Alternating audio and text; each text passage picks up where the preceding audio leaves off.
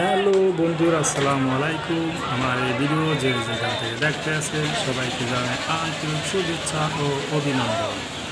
আজকে আমি ঢাকার উদ্দেশ্যে বরিশাল থেকে রওনা দিয়েছি। তাই দেখেন মানুষের কত ঢল এবং প্রচণ্ড টার্মিনাল লোকজন, যা মানুষের জায়গায় ডাক খাচ্ছে এবং প্রত্যেকটা পা ফেলানোর জায়গা নেই।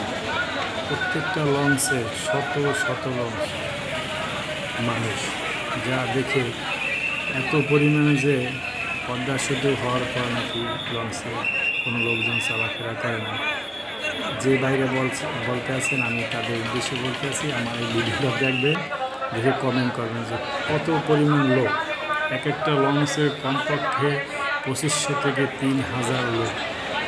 লঞ্চে ডেক থেকে একেবারে ছাদ পর্যন্ত কেবিন তো পাওয়া যাচ্ছে না। কেবিন যারা বুক করে তারা মিনিমাম 4 থেকে 5 দিন, কেউ 1 সপ্তাহ আগে, 10 দিন আগে কেবিন বুক করতে হয়।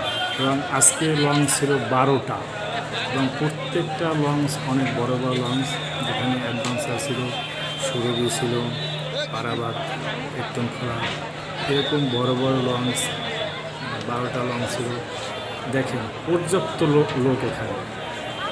এবং যারা লঞ্চে না উঠতে পারতেছে তারা দেখেন টার্মিনালে দাঁড়িয়ে আছে। এক একটা লঞ্চের ডিজাইন দেখেন সামনে কী পরিমাণ তারা এই ঈদ উপলক্ষে লঞ্চটাকে সাজাইছে এবং লাইটের আলো জকমক সুন্দরবন 10 লঞ্চ, অনেক বড় লঞ্চ। দেখেন এখানে, এটা তো বাহির সাইড, সামনের সাইড দেখতেছে। এবং আমাগো লঞ্চ এবং অ্যাডভেঞ্চার লঞ্চ, এই 2 লঞ্চে আজকে পাল্লা দিচ্ছে। দেখা যাবে কে সামনে অগ্রসর হয় তাড়াতাড়ি। আমরা এখন খোলা 10 লঞ্চ আছে এবং এটা অ্যাডভেঞ্চার লঞ্চ। তবে আমার বিশ্বাস যে অ্যাডভেঞ্চার লঞ্চের সাথে খোলা 10 পারবে না, কেন খোলা লঞ্চ অনেক বড় আকারে এবং অনেক করে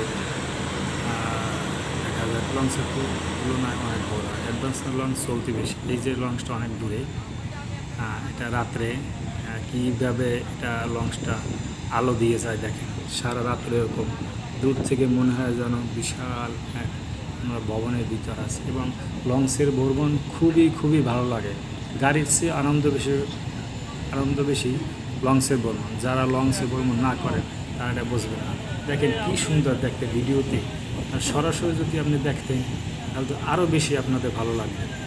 লাইটের আলোতে পানি পর্যন্ত কী সুন্দর লাল হয়ে গেছে। এই লঞ্চ দুইটা অনেক দূরে, এরকম একটার পিছনে একটা, এরকম লঞ্চ সারিবদ্ধভাবে এক স্থান থেকে অন্য স্থানে আসে।